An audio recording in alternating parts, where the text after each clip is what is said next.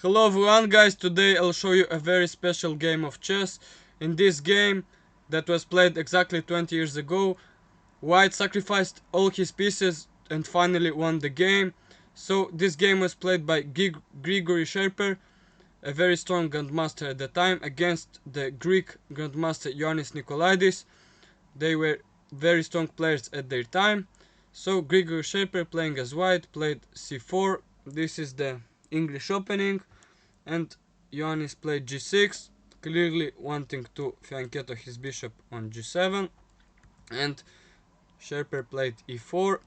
So his next move was going to be d4 to control the center with the pawns. So of course bishop g7 and d4. So now White is controlling the center with these three pawns, and Black plays d6. So in those days they used to think that this pawn is also controlling the center. You see, it controls these squares, so it also kind of holds. So knight c3, White develops the knight to f6, normal moves. Black is ready to castle. Knight g to e2, Black goes knight b to d7, knight g3, getting the knight to the side, c6, preparing d5 maybe, or e5. Bishop e2 is played by White, that also prepares to castle. a6, preparing maybe b5.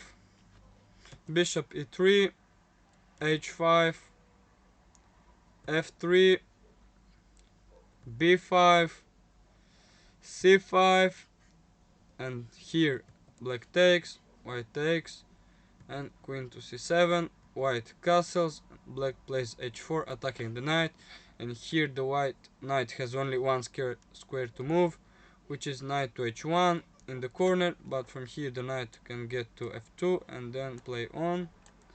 So knight to h5 is played by Black. So here Black wants to start an attack, maybe bring this knight, maybe play 5, maybe bring the bishop, maybe knight to f4.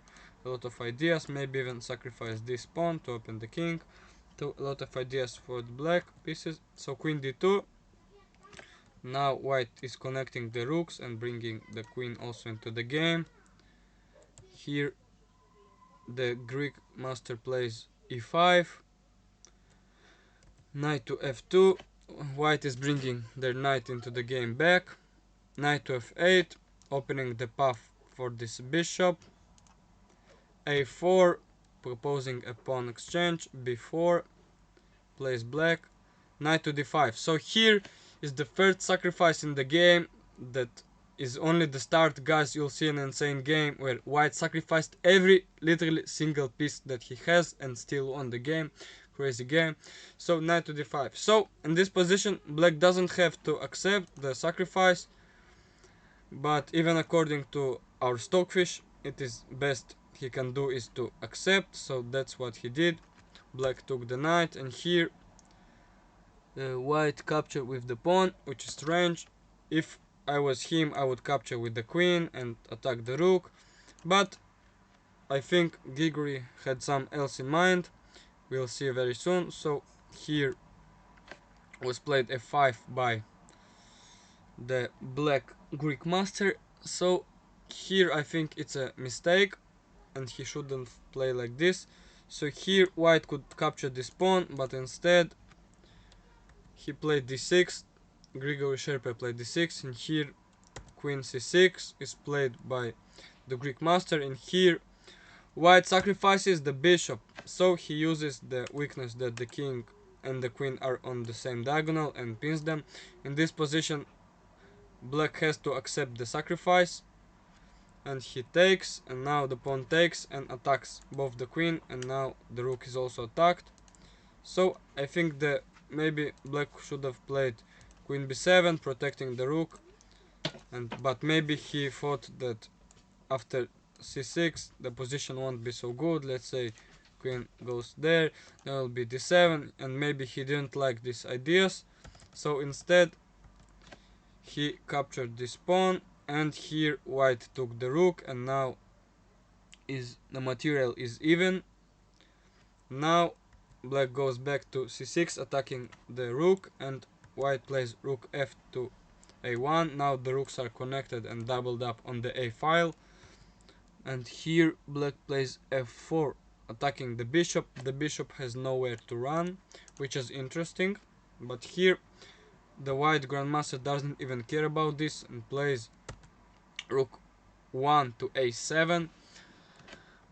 Wow, what's such a beautiful move. It prepares this and it prepares this move also, which is crazy move. So knight to d7 blocking the check.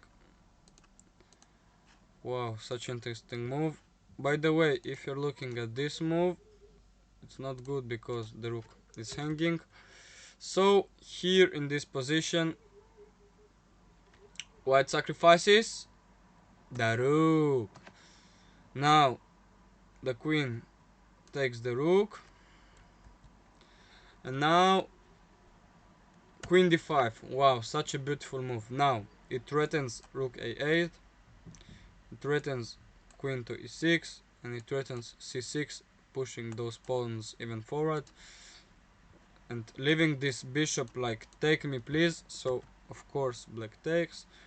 So here white doesn't even care that the knight is attacked and goes queen to e6 check. Here the king has only one good move. If king goes to d8, then queen to e7 is checkmate. So only king move that is good is king to f8 still. And now now white sacrifices the knight because he takes this knight and leaves this knight completely undefended. So the black takes this knight and the king doesn't even take the pawn. So here black is 5 points up of material, but white is completely winning. He's threatening queen to f7 checkmate. So black doesn't take this pawn but uses it as a shield and steps in front of it. And here queen to e8 to guard the square, and now rook to f7. This is simply crazy. So the queen must take the rook because if king goes to j, then we simply take his queen. So black must take, and here queen c8. We only have left with the queen, and now black is 10 points of material up, and somehow white still won this game. So only move here is queen to e8, and look how that the black had only one choice, left white with so many sacrifices that actually led to winning the game. So d7. So now it offers a queen exchange, and it also attacks this queen, as you can see. So the king goes to f7. Interesting. Now white promotes this pawn to a queen, check, rook takes. Now queen to b7, running from the threat, rook to e7, and now white plays c6, saying like take my queen, but if the rook takes, then pawn takes, and this pawn is unstoppable. So instead black plays e4. So right now black threatens to take this rook because after white will take back, there is bishop e5 stopping this promotion square. So right now white plays c7, here black plays e3. So already black has a very strong promotion pawn of his own, threatening e2, and after king takes e1 checkmate, queen promotion and checkmate. So white must do something about it.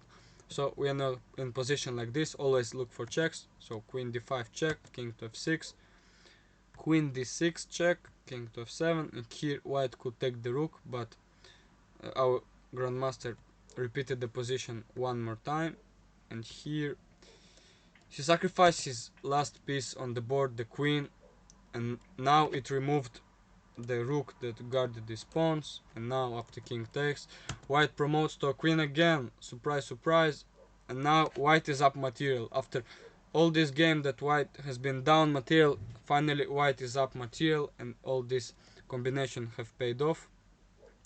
So right now it's completely winning for white, but it's not over yet because these pawns can still promote and black can still fight through. So bishop h6, interesting stuff, preparing a lot of ideas. So queen c5 check, king goes to e8. So you see the bishop here is guarding this pawn, so the white queen couldn't take those both pawns with check. So interesting. Queen b5, king to d8, queen b6, and after king d7 the queen takes the pawn here and attacks both these pieces. And here black tried one last trick to pull from his sleeve, playing e2. So here you need to be very careful, because look at this. Here if you take this pawn, then there is knight f4 check, it's a royal fork, and after the king moves, black is actually winning this position. So only move that you have in this position is to take this pawn, and here last trick, black plays bishop e3, which is actually a very interesting move. So the king cannot capture because this pawn will promote to a queen and black will win. And you cannot capture this pawn because once again royal fork and black will win this position. So only move here for white is to go king to e1, and black has no more threats, and in this position the black pieces resigned. So I hope you enjoyed this game and learned something from it, to never be afraid to sacrifice and go from to different difficult combinations if it's worth it and pays off. And see you next video.